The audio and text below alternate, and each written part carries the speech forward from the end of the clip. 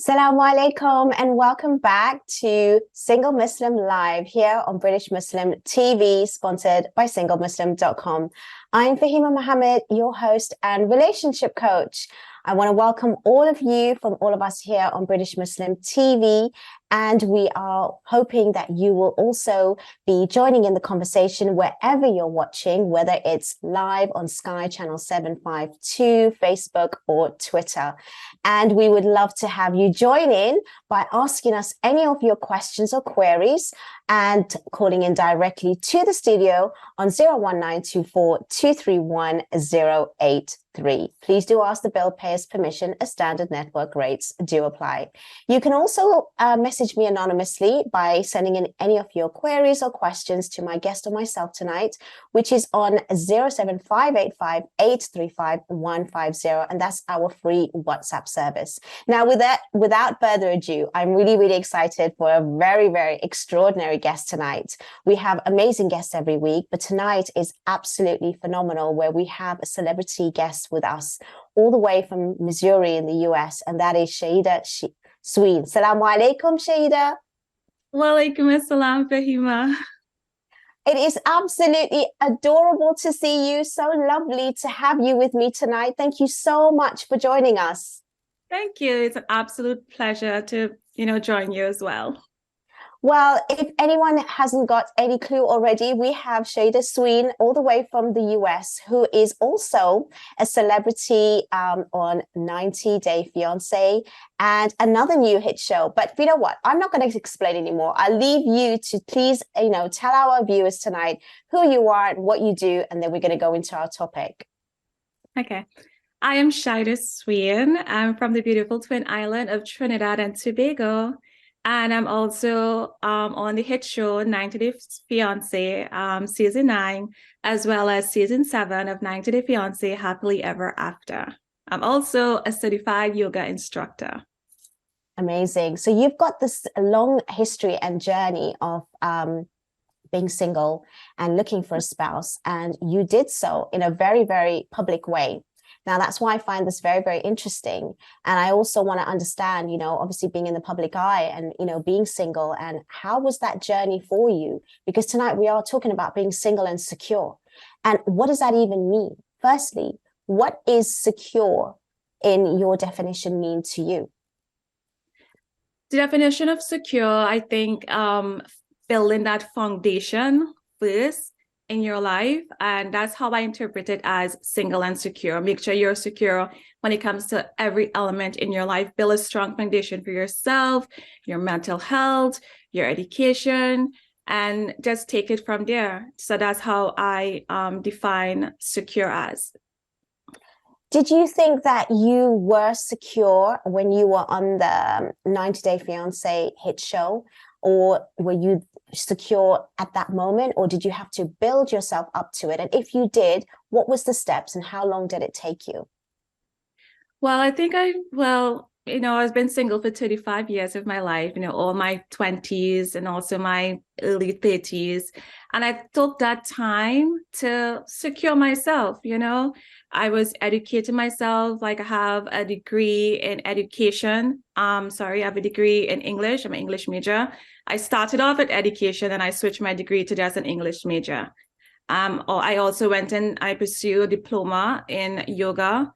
And I was just focusing on building myself, and as well as, just trying to be a better person, trying to, sometimes you have little bad habits that, if you get a mate, they might be able to deal with. So, I worked on myself, and I had a very supportive mother with me that she never really, said to me, oh, you have to get married now. She allowed me to do it at my own pace.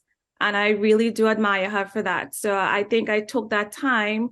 There were lots of naysayers, every time you go to a wedding, there's always, oh, why aren't you married? What's the reason why aren't you married? But I never allowed that to deter me from the path that I wanted. I know there were certain things I had to work on when it comes to myself. And I know that didn't have a husband. Everybody was getting married. I was like, different strokes for different folks. I was not comparing myself to anyone, because I know everything comes at people at different times in their life. And that time it wasn't right for me. And I was just praying to God and saying, you know what, when is the right time for that person to come? I have faith that you're going to send that person for me. And I always was to go online, I used to do my classes online virtually, hence how I ended up meeting my husband at the time. Wow, beautiful, beautiful. I love that. I mean, we get a lot of people having a lot of concerns, a lot of worries. And one of the biggest challenges, especially for women, is when they are single, they don't feel that they're confident. They don't feel secure. That's why I'm asking you this. And also, you did mention about, family pressure, and that didn't get to you. Do you not think, though, when you say that you're single and secure, that is intimidating even to a man?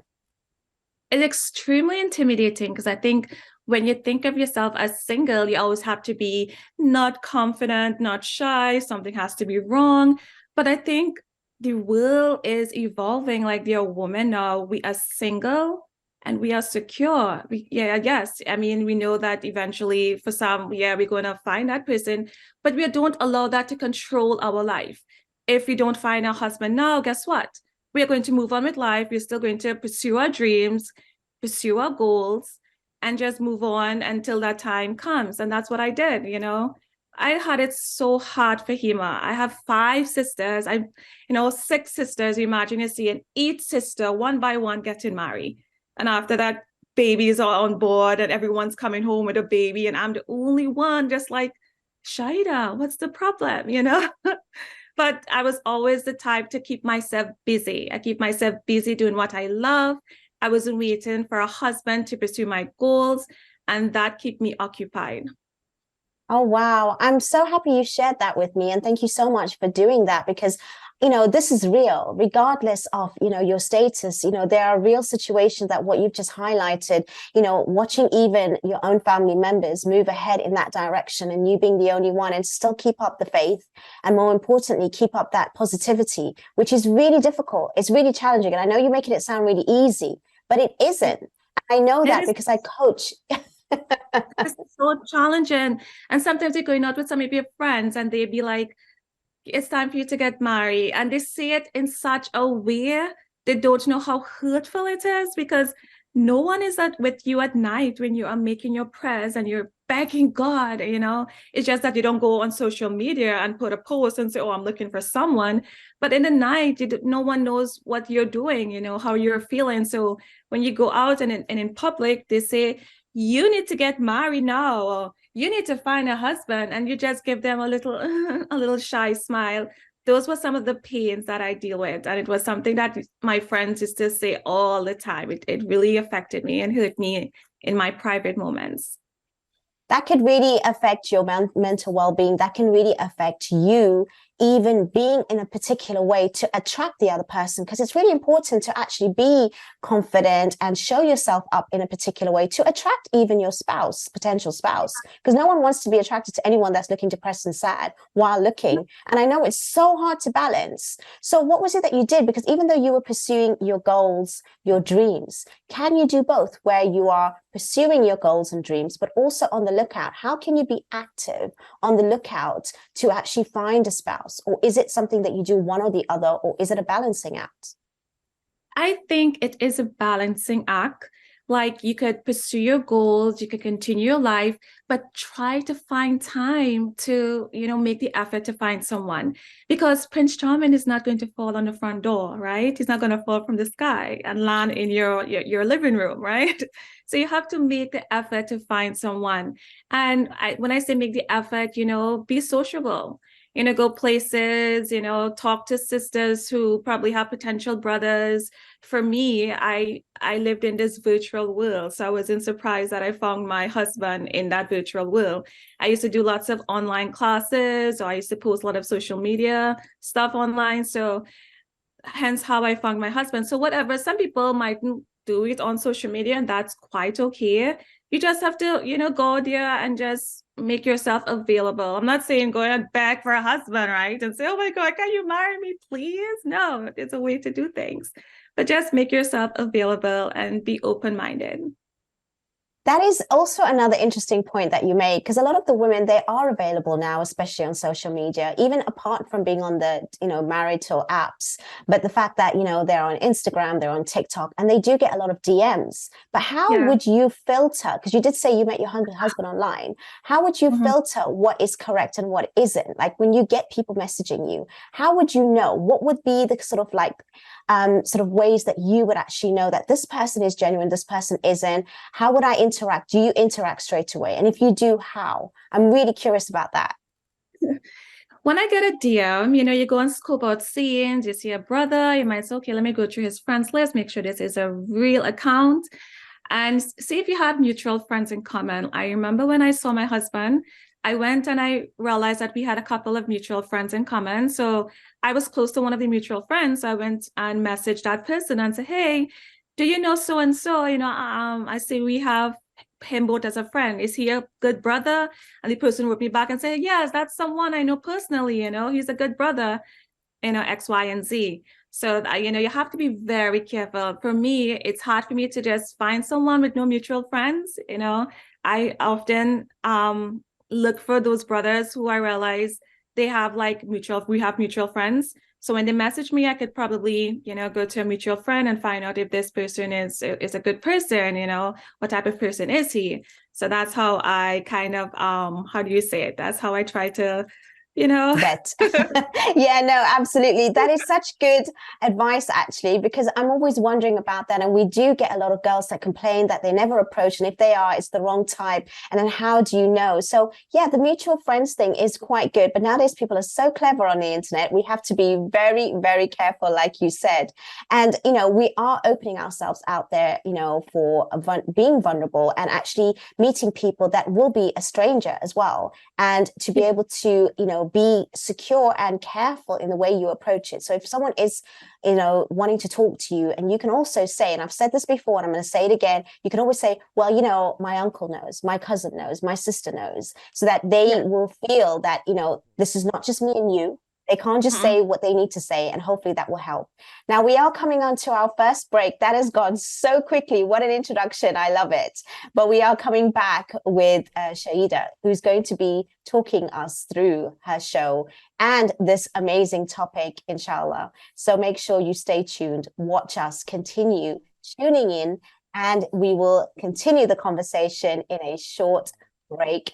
We will be back. See you shortly. Don't go away.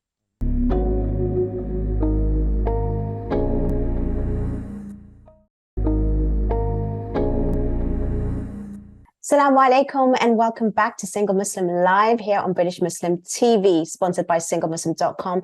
We're here with the beautiful, lovely, very excitable Shaida Sween, all the way from Missouri in the USA. She has been on the hit US show 90 Day Fiancé, and I really want to find out more about that. Now, tell me the elements of that show and you being on there. I mean, we do not have enough representation on mainstream TV and platforms generally, and for you to be on something like that was quite a big deal. So give me an idea of how was it for you? Because obviously at that time you were with your fiance on there. What was it like? What was the backlash? What was the actual, gossip? How much of it was real and how much was not real, if there is such a thing? It was real. It was just, 90 Day Fiancé is like a social experiment where you bring two people from two different cultures and they have like 90 days to get married. And within this 90 days, you have to make a decision. Are you going to marry this person? Or are you going to send that person back to their country? And so it was just like a roller coaster of emotions, of a journey. And I remember that I signed, me and my husband up for the show. He was like, oh, I don't want to go on TV. And I was just like, please, we could show the world that there are people who look like us and we could represent, Islam genuinely. And I feel like I've never seen that representation on the show when it comes to Islam. So I told him, try to look at the bright side of things. And he was just like, okay, if you want to do it so bad, let's go ahead and send in our application, and we got through. And that was like, for me, it was a really good journey. Of course, there's backlash and everything, but I felt like I showed the world that, hey, coming from a small little country, Trinidad and Tobago, finding love all the way in America, USA, anything is possible, you know? Who would Mhm. have thought? Who would have thought? Like Trinidad, Missouri. Like I think, and I would have found my husband in the UK. You know, I used to be like obsessed with talking to brothers from the UK, thinking, okay, that's where I'm going to find my next available mate. And it so happened that it came from America. Wow, amazing. What a beautiful story. I'm really excited that you are here on British Muslim TV. And again, going back onto the single and secure, what advice would you give somebody? We had a question that's come through actually, who has come out of a long-term relationship and is afraid of being single, because there's also single people that, you know, start off just from their parents' home and Yeah. they've never been married, but then it's much more difficult when you already are in a relationship. And how do you think they could navigate that?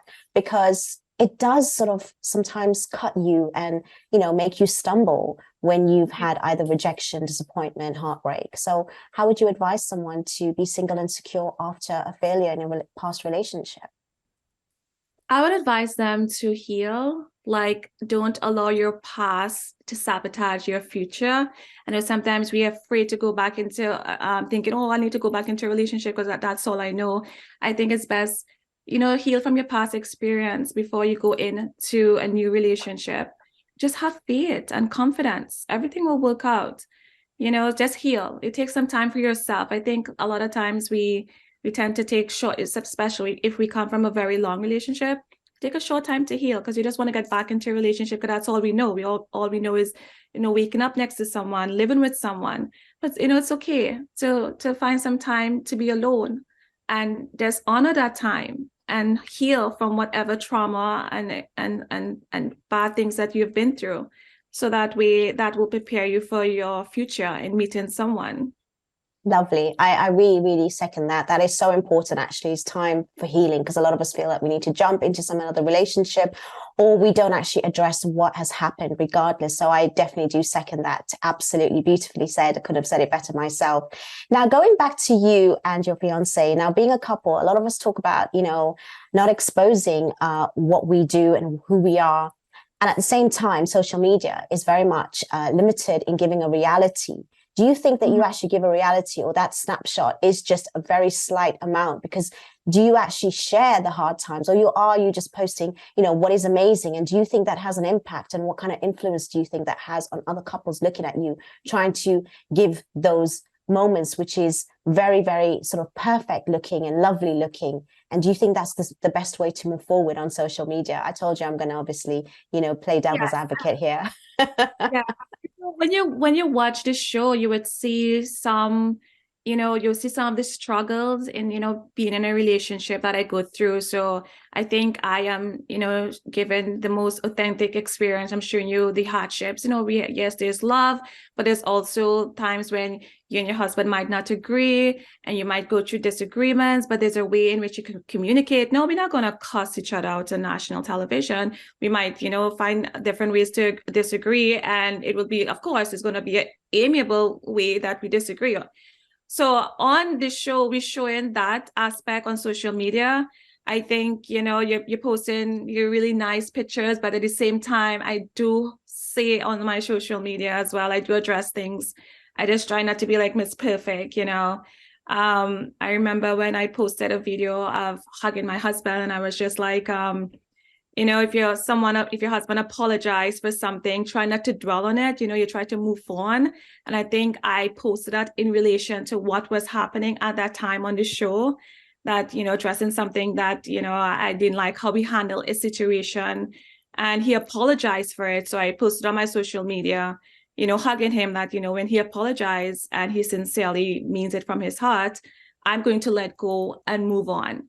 So I don't try to paint just a little happy-go-lucky, perfect picture all the time on social media. I try to also address, you know, the pain and the disappointment that comes along in life.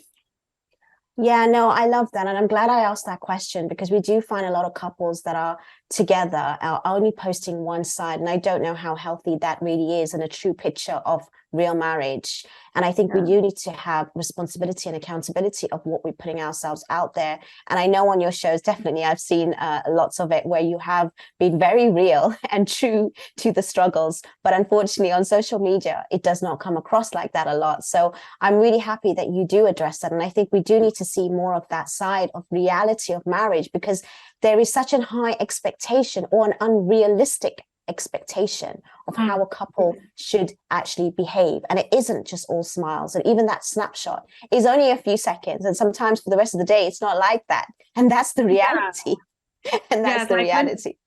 The reality is, when my husband, you know, he's my photographer, right? So he snaps my pictures and he snaps really nice pictures, but the making of that picture isn't so nice. You know, it's like, you took my bad side, you know, you have to take that picture over again. He's like, oh, you're complaining so much. Just give me a break, you know. So much goes behind the scenes when that picture is posted, you know. So well, we hope to see some of the bloopers or behind the scenes as well, because I think that's going to be something different that no one else is doing.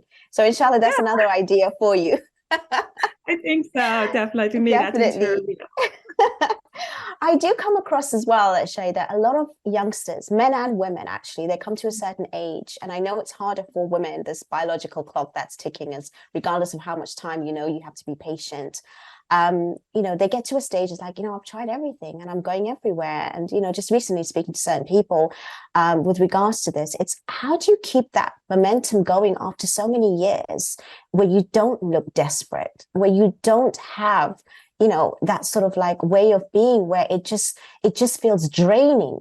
I mean, because we are human, regardless of the faith that we have, and your faith, you know, does hold up and down and so many times. But when you get to that sort of, you might feel it's an end stage when you get to over 30. So how did you manage over 30? Give us some practical tips as to what exactly were your techniques and strategies to keep up with that momentum of, you know, continuing, because by then you must have already fulfilled most of your goals. You've had your education and the only thing left was the marriage, right? Yes. So it's very difficult to stay busy and happy when you're at the end stages. Oh yeah, I can remember when I was around 33 years old. I was feeling a sense of desperation. You know, I feel like, oh, you want this type of image of a husband, but he's not coming. So maybe I should finally say yes to, you know, brother Abdul, who's been begging my mom to marry me for so many years, you know, or maybe I should consider him. But you have to hold on. You know what made me move on? I decided to sit down and realize if I'm doing it this way for so long in my life and it's not working out, maybe I should try a different approach. And I'm serious. This is how I'm going to tell you guys how I met my husband. I was in a cafe with my girlfriend. It was my 35th birthday. We went out and she was like, are you seeing anyone? I was like, no, but you know, there's a couple of brothers who are interested in me. She was like, and what's going on? I said, well, you know, it's just, you know, gentle gestures, nothing serious when it comes to dialogue, just a couple of hi, how are you? She was like, so have you ever thought about making the first move? I was like, are you serious? She was like, yes, I'm serious. Maybe that will help. I was like, hell no, there is no way I am going to make the first move when it comes to a brother. That is his job. She was like, no, maybe you have to switch it up. And she told me, you know, I met my husband because I made the first move. And I was just like, I'm not going to make the first move. So I pulled out a brother on the phone, which was my husband. I said, this particular brother shows more interest in me. She was like, do me a favor. She was like, when you get home, go and send him a message and say, brother, I noticed you have been checking up on me ever so often, liking my pictures. Are you seeing anyone by chance? I was like, Fahima, I am not going to do that. She was like, promise me you are going to do that. So I was like, I promise you. She was like, I will text you to make sure you do it. So it was like around 7:00 in the night. I was nervous. She sent that text message. Hey, did you message your brother to find out if he's seen anyone? I was like, okay, let me go ahead and do it. It was the most nerve-wracking moment of my entire life. I have never, ever in the history of being online message a brother to find out if he's seen anyone. I said, Bismillah. And I went in his inbox. I was like, you know what, this brother, yes, he has been showing some type of interest. He's been, checking up on me very casually, politely, respectfully. So I decided to do it. I wrote him. I sent him a message. Assalamu alaikum. I said, are you seeing anyone? I feel like you have been, checking up on me lately, etc., etc. I remember seeing him typing back, and that was the most longest 2 minutes of my life. You're seeing Bilal is typing, and I saying, "Oh my God, he probably saying amazing, Shaida. Honestly, I'm so right. happy. I'm so happy you shared that with us. And I'm going to continue with that a little bit to see how that actually went out, because we are coming on to our next break. And what a way for you to make sure you stay tuned. And inshallah, we're going to continue with Shaida, and we're going to have a really amazing conversation when we come back in a few moments. Please don't go away and stay tuned. See you shortly. Salam.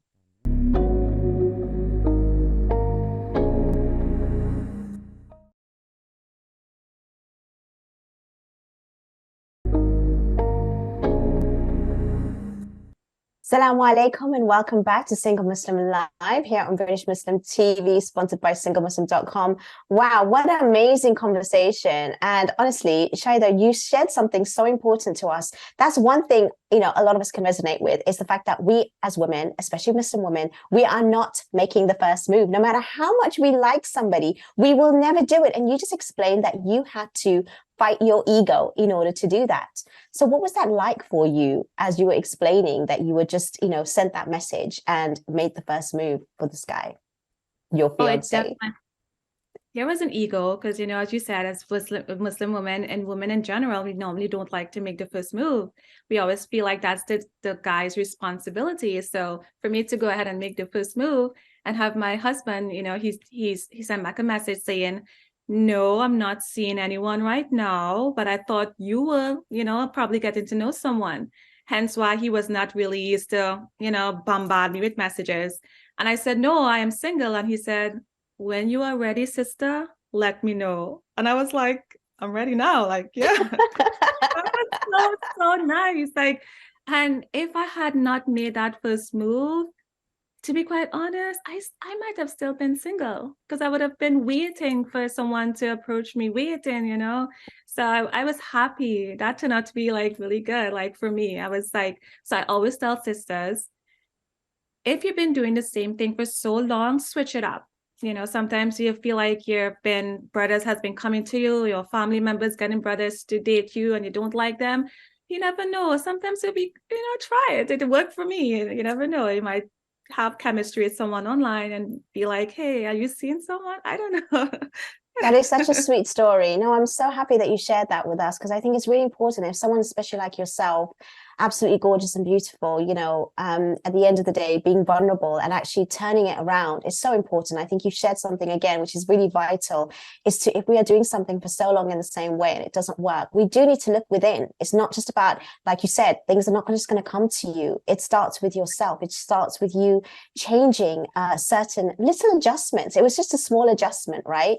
And we always think that at the end of the day, we just as women have to just sit there and it's going to come to us. But guys also get it really difficult because they don't know how to approach. You do it in the wrong way. You get, turned down, rejected so many times, or told that you're not respectful enough. You're being respectful and it's like, oh, you're not moving fast enough and you're not actually coming forward to show me that you like me. Like, I really do feel for men out there nowadays as well, because they can't get it right either way with some of us women. What's your thoughts on that? The unexpected, realistic, unexpected sort of like expectation when it's not realistic for men to sort of know and read your mind. Yeah, I think so. My husband is the type of brother that he's normally not the type to be in women inbox sneaking around. So for him to just be asking me, Assalamu alaikum, are you okay? How are you today?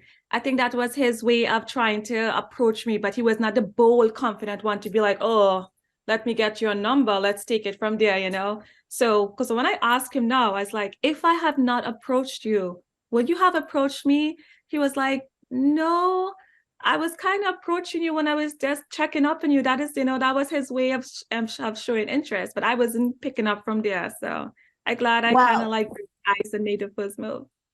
wow, yeah, just by you describing him, to be honest, I've got that impression already that he's not the usual type to actually just bombard you and speak. And it probably would have gone on just like that for a lot longer. And you would have thought that he's just not interested in that way. It's Yeah. like, I don't need a pen pal here. You want to take me out or what?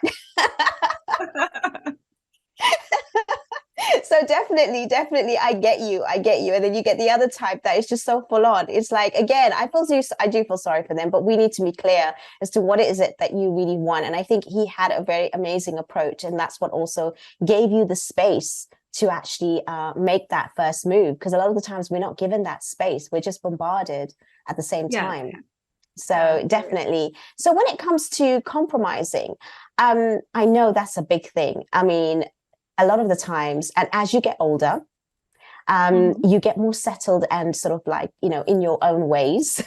Not to say that when you're younger, you don't have it, but I think we're more easier to maneuver and have, probably a little bit more compromise because we're not that set in stone after a few, years going. So how did you find that when you are single, secure, quite mature in your age, and you find somebody and then there's compromises? Like, how would you advise women when it comes to compromising, and how do they go about that so that it is healthy for both parties without too much of a fight? Well, I am still learning when it comes to compromise. When, coming, meeting my husband and, 37 to 42, we are both seasoned in our ways. We have our ways and, we have been living, doing things for so long. It's really hard to compromise. So it was the first year of marriage for me, it was learning how to compromise.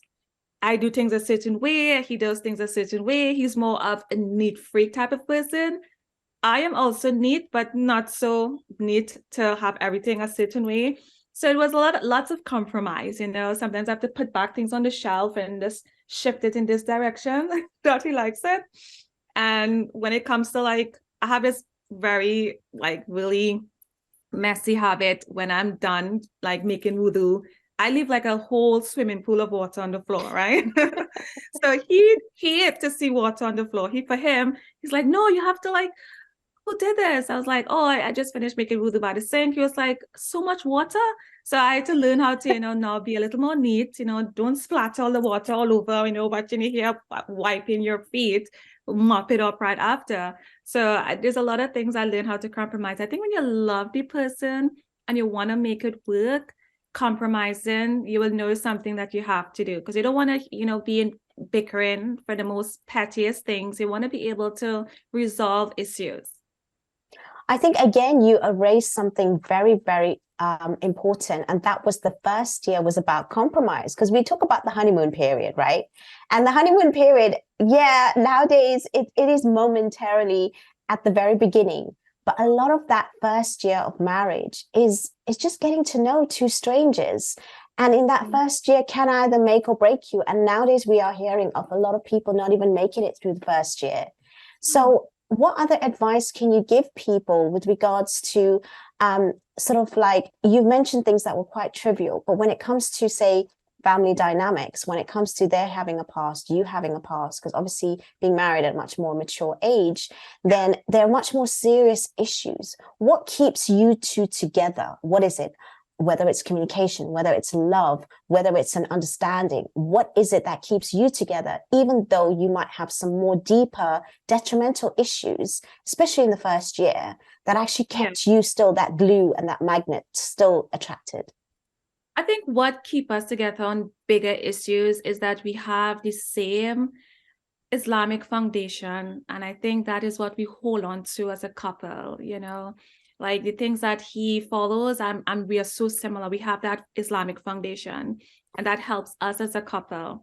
So I'm married to someone with the same faith and same belief system.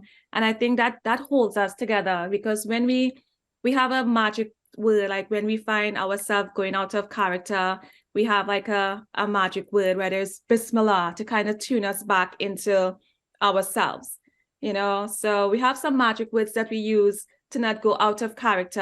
Sometimes you might get so upset and feel so angered at something, and you might want to take it out on your spouse, but when you start talking and your spouse look at you and say Bismillah, that is your magic term to kind of, get more in tune with yourself, relax, and just try to, switch it up and do it differently. So I feel that helps us to stay grounded and help us to stay together. And plus, we do have love for each other. And I'm so happy and grateful because, every time when I wake up in the morning and I look at him, I say, Bilal, I love you, and he was like, oh, I love you too. I say, I thank Allah for you every day. And he's like, oh, I thank Allah for you every day. So we have that love as well that goes along with our relationship that keeps us grounded. I love that. Again, so beautiful. I think it's so important. Like, again, we talk about having values that align and belief systems, and most importantly, the faith, which keeps you two together. And that is the glue.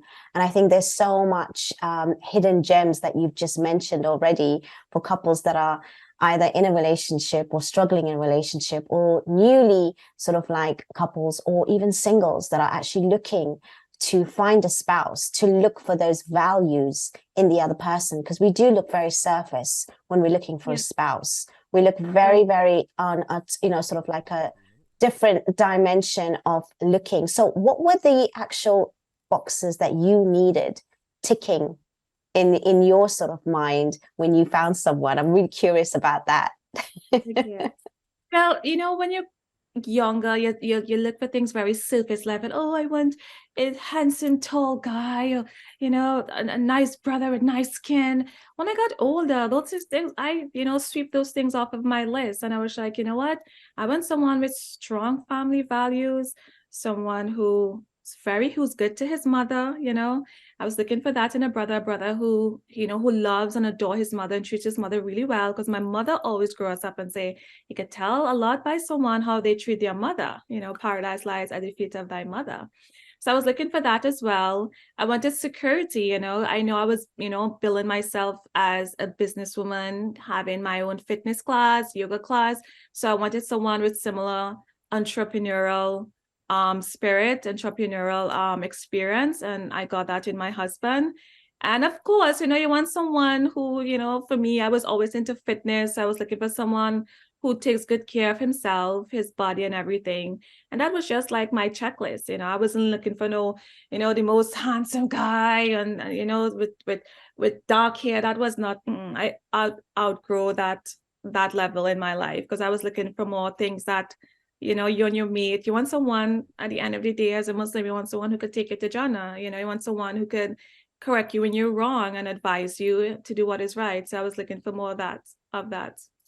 Beautiful, beautiful. That is such profound sort of insight in looking at someone's character and value system, and again, belief. And I love the fact when you said, look at how they treat their mom, and you obviously come from sort of background like that as well. And I think that's so beautiful. And even if, you really don't know somebody, they always say, oh, look at how they treat their friends. And it's very easy to be sort of like, cordial and friendly and nice to your colleagues and sort of like your peers. But when it's your family, it is very testing at times. So to have that relationship, which is really good with your mom, with your close people that's around you, and it's not easy, even though you think you brought up with that, is really not easy. So to see that is really, really important as well. Well, we are also now going into our final break. Please do hang in there. We are coming towards the end of the show, but we still have so much more to share with you. Make sure that you do stay tuned. And inshallah, we will be back in a few moments where we'll be having our final part of the episode with our lovely, beautiful, gorgeous Shaida, all the way from Missouri, discussing with us Single and Secure. See you shortly where we continue.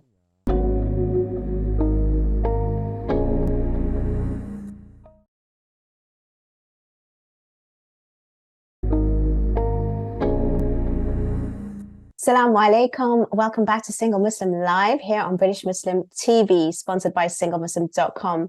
Again, I can't believe that this show has gone so quickly, and it's so easy having a conversation with Shaida. Honestly, you've been such a gem tonight, such a delight. And, sharing with us so openly, so raw and genuine. Honestly, I can just sense that everything you're saying is just so authentic because it's so real. And I love that about you. That's what I love, is that, having having someone like yourself to really go in deep as to, the insights of your life. And I really do appreciate it for you to actually trust us on the show to be able to share that with us. So thank you again so much for that. But I haven't finished with you yet. So I'm going to go into much more, questions. Now, when you were talking also just before the break, you mentioned, being a businesswoman. And obviously security comes with that, where you have, studied, worked, and learned how to be on your own, very secure and building yourself up. And when you're now in a dynamic of a marriage, and especially today's world, whether it's Western, Eastern, whatever it is, women's roles have changed in the household.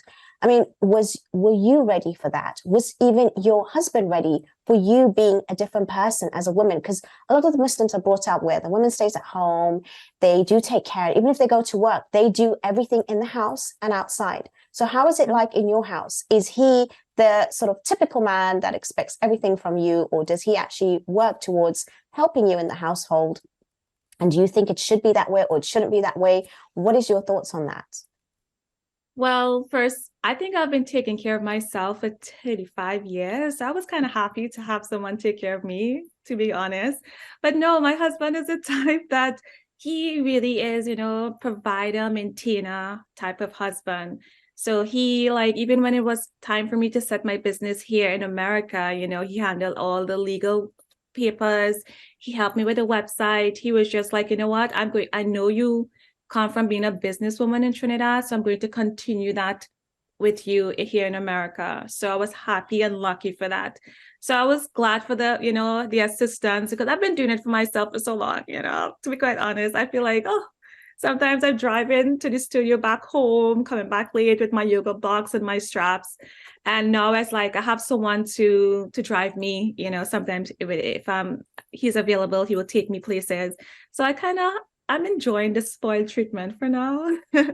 That's good. So he's quite a traditional man in that way. But what do you say to women who don't actually value a traditional man, and they like, well, no, at the end of the day, I want to do half, or I want to do I want you to do all of it. Like, I am not here to cook and clean for you, for example, and I'm not here to, look after you. I'm here as your team, as your partner, things like that. We have this new sort of like, modern so-called feminist women. How damaging is that to the household today, especially in our sort of culture?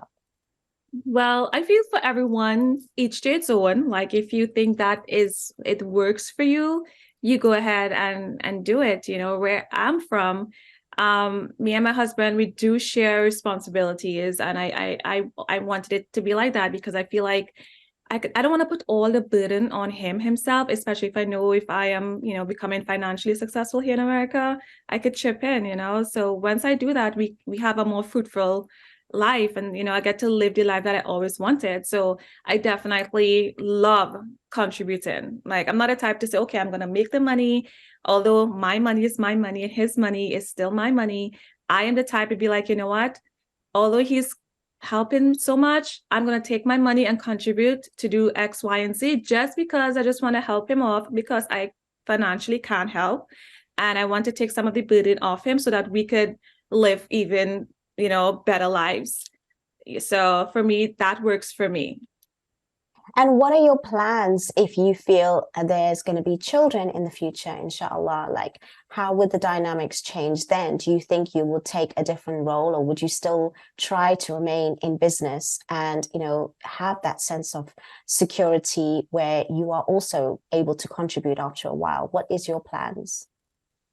Well, my plans when it comes to business, I don't ever want to stop being a businesswoman. I feel like I don't want to stop. And I feel like that is what I built for myself back home. I'm just continuing the journey here in America.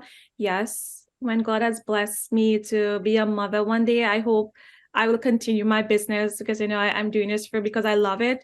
And yes, I might take some weeks off, but I don't ever want to stop. I always see myself as, I've been doing it for 35 years, so I don't want to stop. It's like I'm worked so hard to achieve this business that I always wanted, my fitness business, and I want to continue to do so even after being a mom inshallah.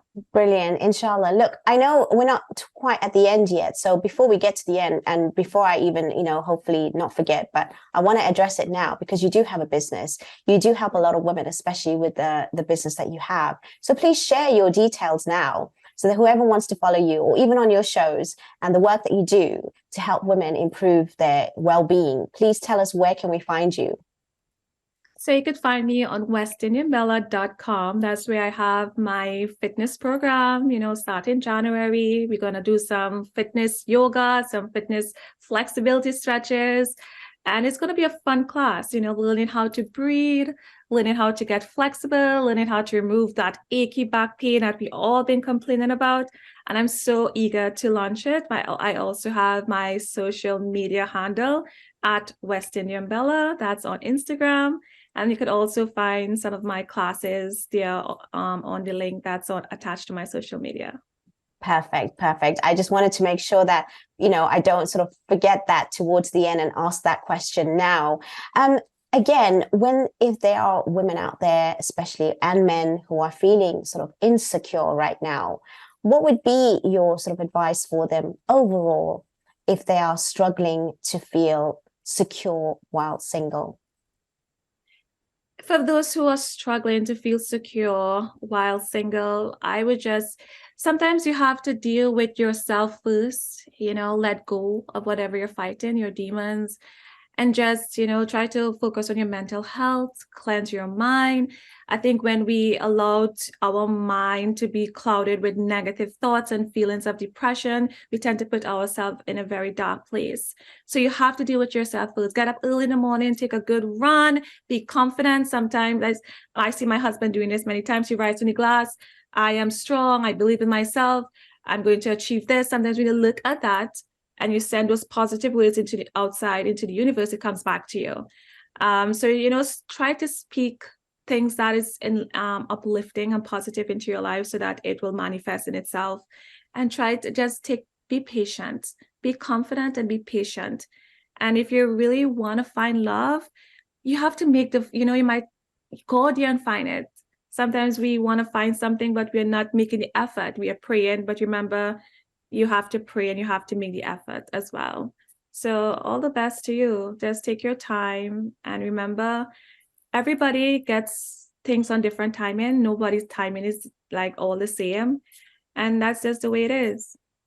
Do you feel that when you are secure, you have to have confidence? And what if you're lacking that? How do you find that confidence? I feel secure is confidence. I feel like you cannot be secure without confidence. I feel it goes hand in hand. Secure represents confidence. They are synonymous to each other. Do you not find, though, like some women, I know I'm told that a lot about myself, being confident can be borderline arrogance. So how do you handle that, if that was ever something that was said?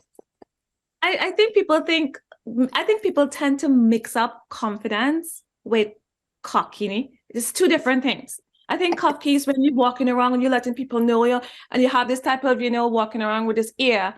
But it's okay to be confident and still be relaxed and chill. And that's a difference. I think when people tend to mistake all the time, when a sister or brother is confident, that they are cocky. No, it's not always cocky. I think cocky is a whole different, definition and meaning. But sometimes when you feel confident in what you believe in, and you conduct yourself with propriety and respect, and that's all confidence. You don't always have to be walking around moping and sad all the time, so that is how I see confidence as. Perfect. What about also when someone says that they love themselves and they may speak about it out loud and they actually clap for themselves? Do you think that's something that should not be said about yourself? Because we're in a culture where we don't speak well about ourselves and we expect that validation from someone else. How do you view that? I think you always have to be your biggest cheerleader. You can't wait for someone to be your biggest cheerleader. So you have to clap for yourself. You have to talk to yourself. And yes, I believe that, sometimes you have to cheer yourself so that you can motivate yourself to rather it's be better and do things right. So it all starts within. So you yourself have to be your biggest cheerleader. Do you find also being now in the public sort of eye, public sort of sphere with your shows, has that put any strain on your relationship being in the public eye?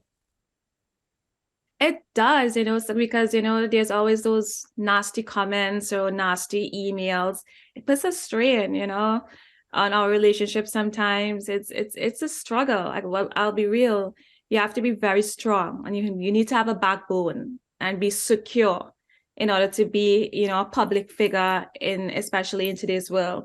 So I think that is why we build a strong foundation as a couple in love. That way we will be able to block off all that negative energy and all those interference just trying to be in our inbox to try to break us up. So you need to have a backbone for sure. And like what this topic is, secure, need to be secure for sure. Absolutely. No, I love that, because security is not just about being single. It's also when you are in different situations like you described. Shaida, I have had such a wonderful time talking to you tonight. I've thoroughly enjoyed the show.